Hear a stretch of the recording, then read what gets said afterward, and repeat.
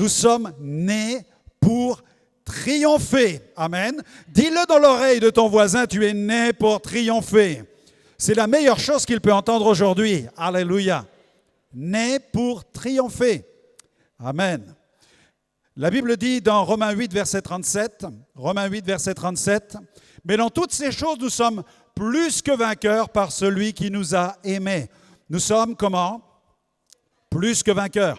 La Bible ne dit pas « vous êtes vainqueurs », elle dit « vous êtes plus que vainqueurs ». Ça veut dire que Dieu a déjà mis quelque chose à mon crédit. Ton compte est déjà crédité. C'est pourquoi tu es plus que vainqueur.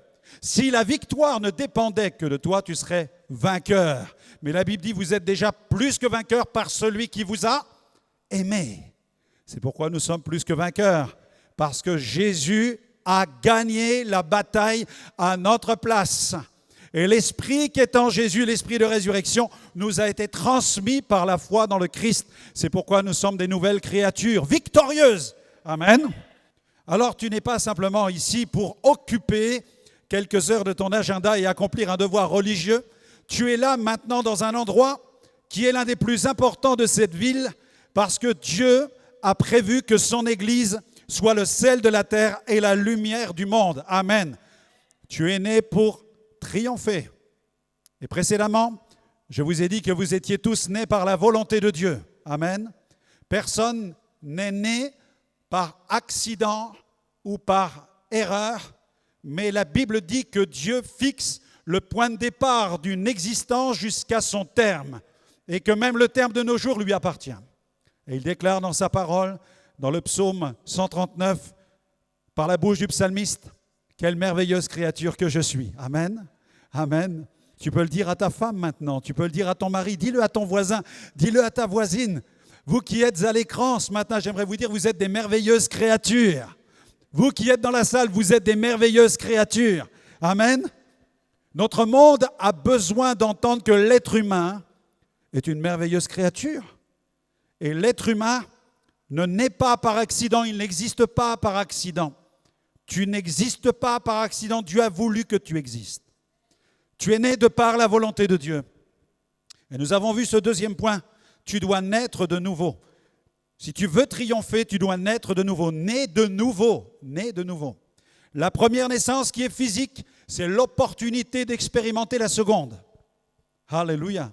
Tu n'as pas choisi de naître dans ce monde, mais tu dois choisir de naître de nouveau dans le monde de Dieu, dans le monde spirituel. Tu dois choisir de naître de nouveau. C'est pourquoi la parole nous invite à ce choix. Et Jésus l'a dit à un chef religieux. Si tu veux voir et entrer dans le royaume de Dieu, il te faut naître de nouveau. Alléluia. Un jour, un reporter discutait avec l'évangéliste D.L. Moody.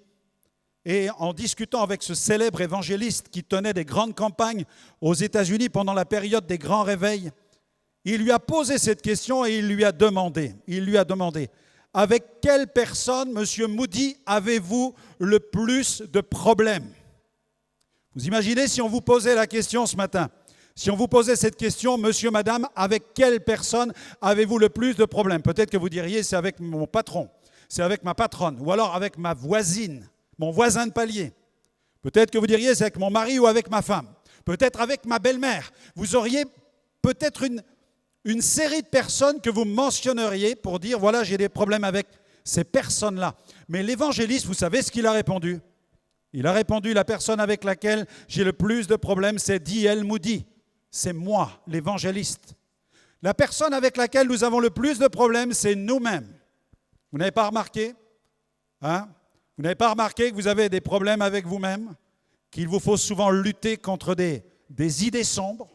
Il vous faut lutter contre des mauvaises pensées? Il vous faut lutter contre certains choix, contre certaines habitudes, contre certaines fréquentations? Il vous faut faire des choix. Vous êtes la personne avec laquelle vous avez le plus de problèmes. C'est pourquoi nous avons besoin d'une transformation et c'est pourquoi la parole de Dieu nous appelle à naître de nouveau, c'est-à-dire naître d'eau et d'esprit. Un pasteur en est arrivé même à écrire sur le mur de son bureau, « Si je devais frapper la personne qui me cause le plus de problèmes, je serais incapable de marcher pendant plusieurs semaines. » Parce que c'était lui qui causait le plus de problèmes à sa propre existence. Tu es né par la volonté de Dieu, né de nouveau. Alléluia.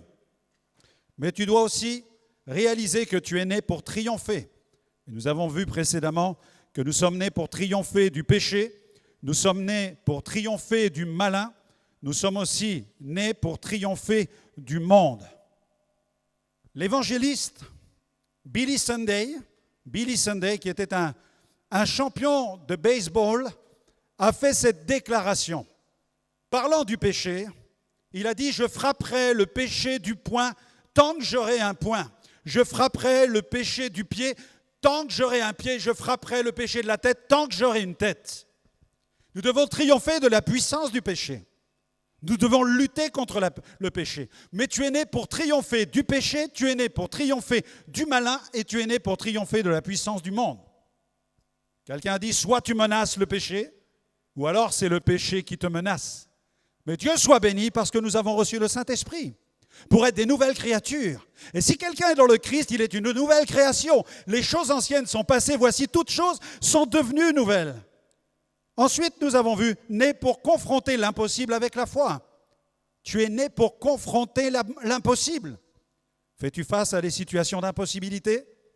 Eh bien, ne panique pas, ne tremble pas, ne cède pas à la peur, mais au contraire, dis-toi une chose, Dieu m'a équipé et il a voulu que je naisse pour confronter l'impossible avec la foi.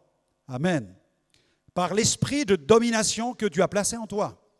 La Bible dit que ce n'est pas un esprit de timidité que Dieu nous a donné, mais c'est un esprit de force, un esprit d'amour et un esprit de sagesse. Et par l'esprit que Dieu nous a donné, nous avons l'autorité sur les situations que nous rencontrons. Par l'esprit de domination qui est en nous. Par la foi opérante qui est en nous. Jésus a dit, si vous aviez de la foi comme un grain de sénévé, vous diriez à cette montagne ou à ce sycomore de se déraciner et vous pourriez le planter jusque dans la mer. Amen. Nous avons besoin de la foi. Et c'est pourquoi, à un certain moment, Jésus va dire à ceux qui l'écoutent, ayez foi en Dieu. Littéralement, ayez la foi de Dieu. Dieu est le créateur de la foi. Amen. Des fois, tu dis, Seigneur, je veux plus de foi. Souvent, je dis, Seigneur, dans cette situation, j'ai besoin que toi, le fabricant de la foi, le spécialiste de la création de la foi, tu me donnes une dose de foi particulière pour que je puisse relever le défi de telle ou telle situation. Il m'arrive souvent de dire, Seigneur, fais-moi un don de foi dans cette situation. Dans l'épître de Paul aux Corinthiens, vous avez les dons spirituels. Vous savez que concernant la foi, il y a 10 niveaux concernant la foi. On ne va pas les aborder ce matin, on aura l'occasion de le voir dans une autre occasion. Mais la foi opère dans une dizaine de domaines. Et il y a un domaine de la foi qui constitue une grâce que Dieu va nous donner dans une situation particulière. Où là, il ne suffit pas que tu actives ta foi, il ne suffit pas que tu écoutes des sermons qui vont produire la foi, tu vas avoir besoin d'une grâce de la part de Dieu qui va te donner une dose de foi qui vient du cœur de Dieu lui-même. Et cette dose de foi va te permettre de faire face à la situation que tu traverses. Amen. Et là, quand tu vas faire face au sycomore, tu vas le déraciner. Et la montagne, tu vas la briser. Alléluia. Le sycomore, tu vas le déraciner et l'envoyer jusque dans la mer.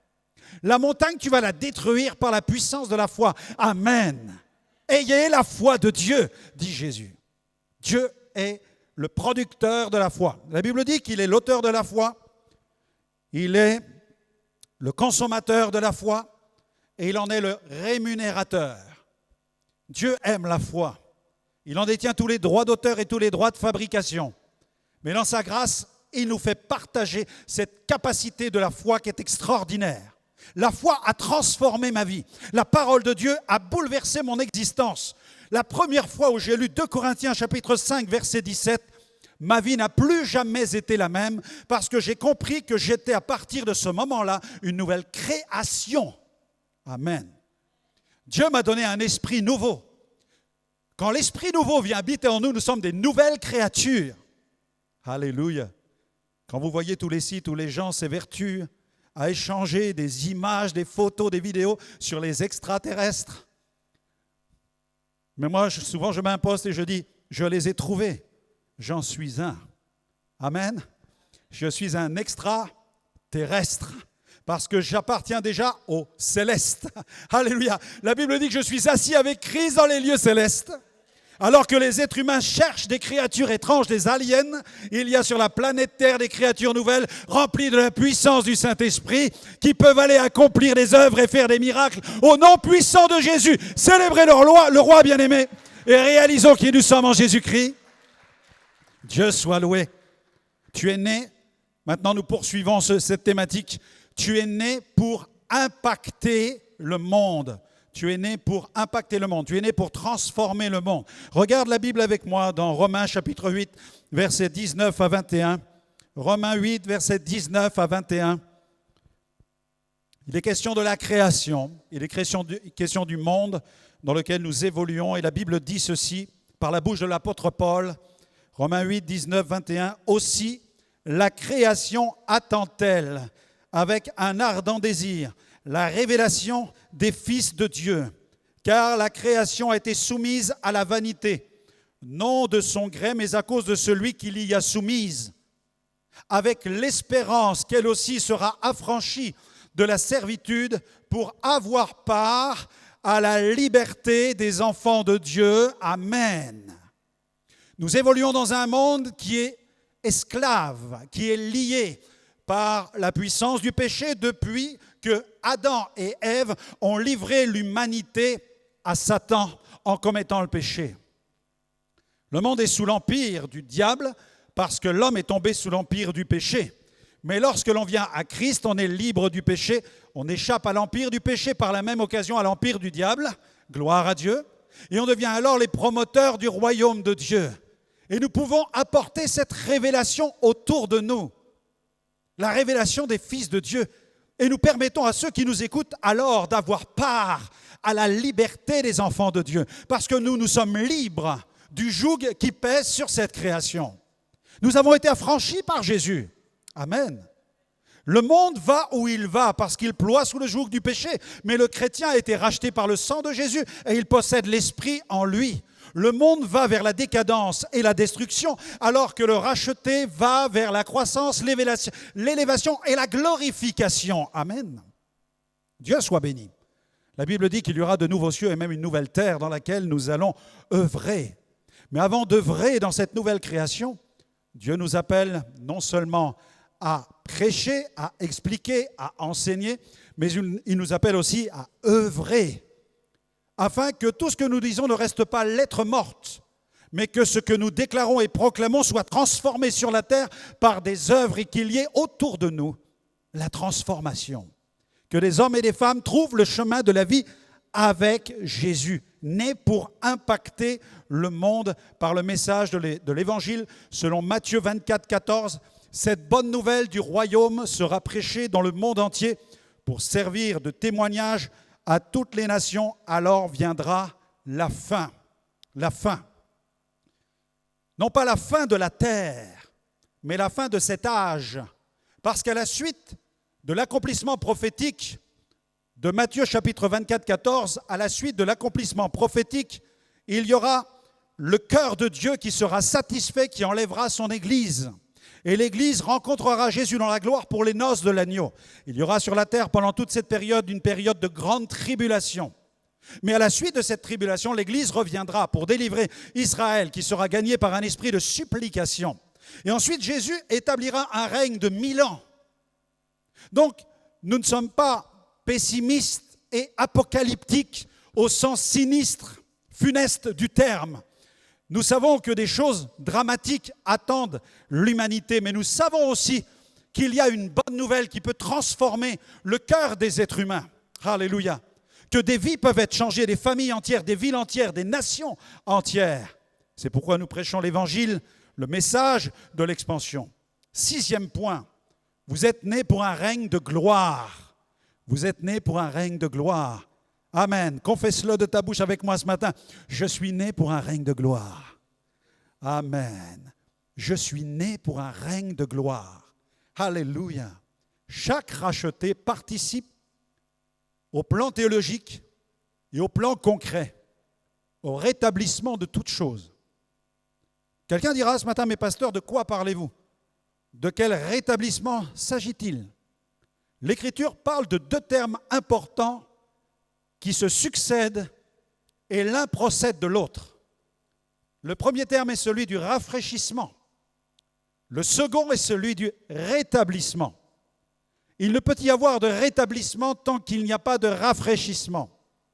Et c'est parce que l'Église va être rafraîchie que le rétablissement va s'enclencher. Preuve en est dans les Écritures, dans Acte 3. Regardez dans votre Bible, Acte 3, versets 17 à 26. C'est le cœur même du message du réveil,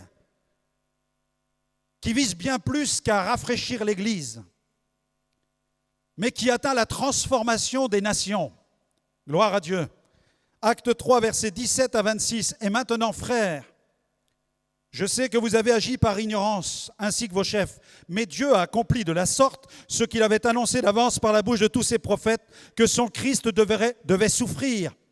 Voilà ce que Pierre prêche. Il dit, repentez-vous donc et convertissez-vous pour que vos péchés soient effacés, afin que, premièrement, des temps de rafraîchissement viennent de la part du Seigneur et qu'il envoie celui qui vous a été destiné, Jésus-Christ, que le ciel doit recevoir.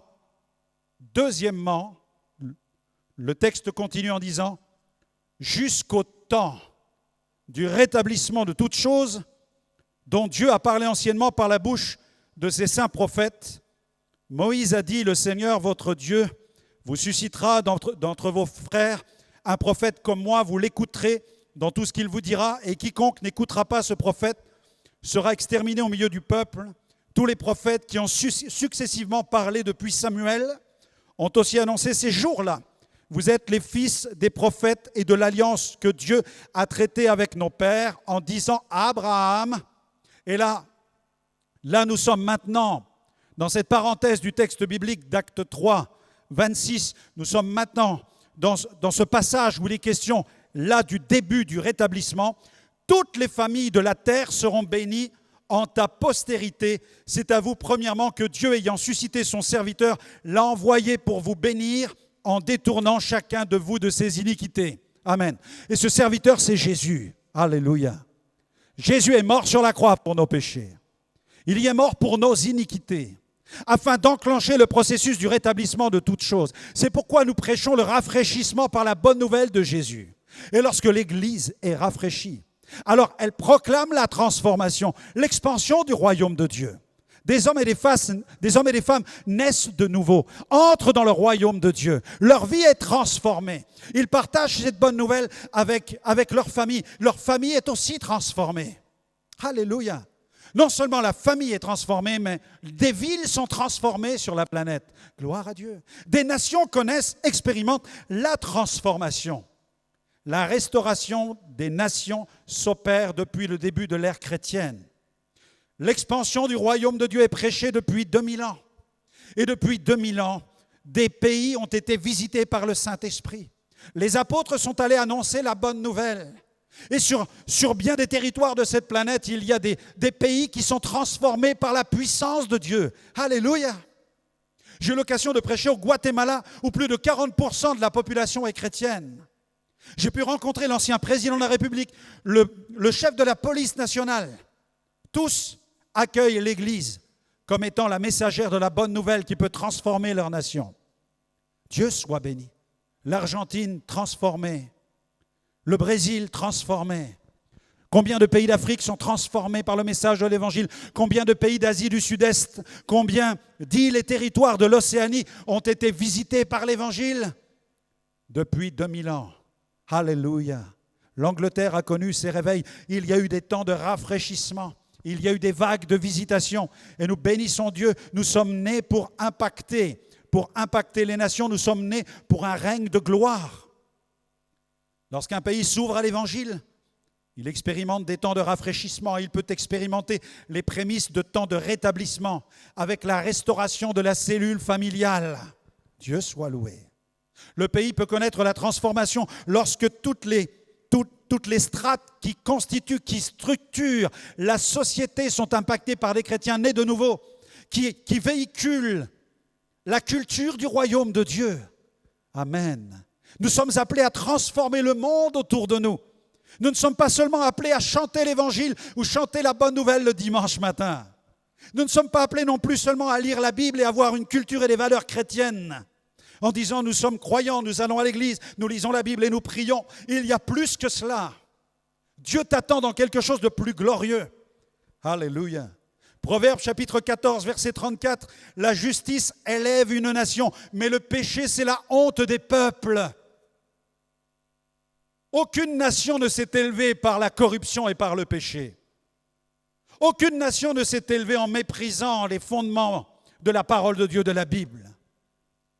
Mais j'ai vu et j'ai constaté que dans le monde, partout, la Bible est devenue la référence en matière d'éthique, de morale et de foi. Des hommes, des femmes, des couples, des familles ont été transformés. Des villes ont été visitées par le Saint-Esprit. Les valeurs de la foi chrétienne sont transformatrices. Elles peuvent tout changer, elles peuvent tout transformer. Amen. Et ce que tes collègues ont besoin, ce que tes amis d'école ont besoin, ce que ta famille a besoin, c'est de cet évangile. Et tu ne dois pas le garder pour toi. Tu dois le partager. Tu dois l'annoncer autour de toi. Parce que Dieu a un plan. C'est que par son Église, des nations soient touchées. Et que par l'annonce de l'Évangile, nous contribuons à hâter l'avènement du Seigneur. L'avènement nous parle de la gloire de Dieu. Nous sommes appelés à hâter, accélérer l'avènement du Seigneur. Son avènement, ce temps où Jésus va manifester son règne, ce temps où Jésus va revenir en tant que roi des rois et seigneur des seigneurs, il posera ses pieds sur le mont des Oliviers, la montagne se fendra par le milieu. Et les nations viendront pour vivre sous le leadership de Jésus à l'échelle mondiale. Ça s'appelle l'âge d'or, le règne de 1000 ans, le millénium. Jésus va régner sur la terre pendant 1000 ans. Et la Bible dit que ce sera un règne de paix, gloire à Dieu. Les anges seront au service de Jésus, les rachetés, les forces armées de l'Église de Christ, les forces vives du royaume de Dieu, vêtues de blanc, viendront servir le Seigneur Jésus. Alléluia. Et la Bible dit qu'il y aura ensuite une ultime révolte de Satan, parce que pendant toute cette période de 1000 ans, Satan et ses hordes de démons seront maîtrisés, le mal sera réfréné. Les hordes démoniaques seront mises sous verrou dans une prison préventive. Et viendra le moment à l'issue des 1000 ans où ces hordes seront relâchées. Une dernière révolte sera menée par Satan. Et la Bible dit que cette fois-ci, dans l'Apocalypse, l'Écriture déclare cela, que Satan sera lié et jeté dans les tentes de feu pour l'éternité. Et la prison, cette fois-ci, sera définitive. Alléluia. Jésus a dit, vous avez reçu l'autorité sur la puissance du scorpion. Est-ce que vous réalisez quelle est votre autorité? C'est une autorité de domination au plan spirituel. Contribuons au rafraîchissement de l'Église, contribuons à l'établissement du royaume de Dieu sur la planète et permettant ainsi à la société d'être transformée par le message glorieux de l'Évangile. Alléluia. C'est pourquoi rien ne pourra vous nuire, a déclaré Jésus, parce que votre mission entre directement dans le dessein prophétique de Dieu. C'est extraordinaire de considérer l'Évangile non seulement simplement comme un endroit où nous nous réunissons pour nous bercer avec de belles histoires concernant un homme extraordinaire qui s'est sacrifié sur une croix. Il y a une différence avec un tel message qui annonce la transformation des vies, des familles, des villes et des nations et même des continents et de la planète avant que Jésus ne revienne. Amen. La bonne nouvelle sera prêchée. Elle servira de témoignage à toutes les ethnies, à toutes les nations. Alors viendra la fin de cet âge-là. Alléluia. Vous êtes dans cette dispensation-là. Vous êtes dans cette dispensation-là. Une dispensation incroyablement excitante. Vous êtes nés pour participer au règne de gloire de Jésus conformément aux Saintes Écritures. Vous participez au rafraîchissement. Amen. Quand nous organisons des conférences de réveil, nous participons au rafraîchissement. Mais quand tu parles de Jésus autour de toi, tu participes au rafraîchissement. Quand tous les dimanches matins nous prêchons, nous participons au rafraîchissement. Amen. Quand nous tenons des cours bibliques et nous enseignons dans la Gospel Vision Academy, nous contribuons au rafraîchissement de l'Église. Alléluia. Tout contribue à équiper l'Église, à ressourcer l'Église, à vivifier l'Église, afin qu'elle soit vivifiée, qu'elle soit forte et qu'elle parle de Jésus. Parce que dans le timing de Dieu viendra ce moment où l'Église sera enlevée à la rencontre du Seigneur dans les airs. Amen. Et là, nous serons transformés. Alléluia. Ce qui est vil et méprisable deviendra glorieux, ce qui est faible deviendra fort. Nous allons recevoir, nous serons dotés d'une armure, je dirais spirituelle, d'un corps glorieux. Il sera tel une armure de puissance. Le corps que nous allons recevoir, nous dit la Bible, est glorieux. Nous serons glorifiés. Amen. Nous allons recevoir une capacité surnaturelle. Nous serons dotés d'une puissance incroyable. C'est le corps de résurrection. Et nous avons vu avec Jésus que Jésus était capable même de traverser les murs pour aller rejoindre ses disciples. Alléluia. Parce qu'il était doté d'un corps glorieux. Il est les prémices de la résurrection. Dieu soit loué. Dieu soit loué pour ces choses extraordinaires. 7e point, tu es né pour régner sur toi-même. Et ce domaine du règne est important, régner sur soi. Je dois régner sur moi. Ouh, ça va, vous êtes encore avec moi? Amen. Ça vous parle? Ça vous parle de régner sur vous? Ça vous parle de régner sur vous-même? Oh, parfois c'est tellement compliqué. Un jour, le roi de Prusse, Frédéric le Grand, était en déplacement et puis là, il croise un vieil homme, un vieillard. Alors, il entame la conversation avec cet homme habitant de son royaume. Il essaye de discuter avec ce villageois et en le regardant, il l'interroge et l'homme discute avec cet homme sur ce grand cheval dans ses habits d'apparat. Et l'homme lui dit, « Qui êtes-vous? Qui êtes-vous » Et donc, il lui dit, « Je suis Frédéric le Grand, roi de Prusse. » Et Frédéric le Grand dit au vieillard, « Et vous, qui êtes-vous » Et ce pauvre vieillard, vêtu de ses vêtements tellement modestes, répond, il dit, « Moi aussi, je suis roi. » Alors, le roi de Prusse est un peu stupéfait par la réponse. Quand il regarde cet homme vêtu de cette manière, il se met un peu à rire et il lui dit, « Mais sur quel royaume règnes-tu » Et l'homme lui a répondu, « Sur le mien. Sur le mien. » Nous sommes appelés tous à régner sur quelque chose. Et tu dois régner premièrement sur ta propre vie. N'envie pas tous ceux qui règnent sur des royaumes sur la planète. Mais considère d'abord tes propres responsabilités. Tu dois d'abord régner sur ta propre vie spirituelle. Et l'Écriture nous montre que nous devons régner sur nous-mêmes.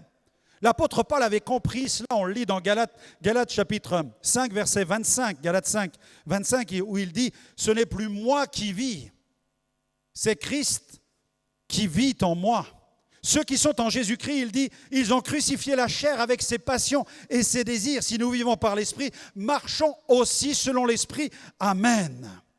Ceux qui sont en Jésus-Christ ont crucifié la chair avec ses vices et avec ses passions.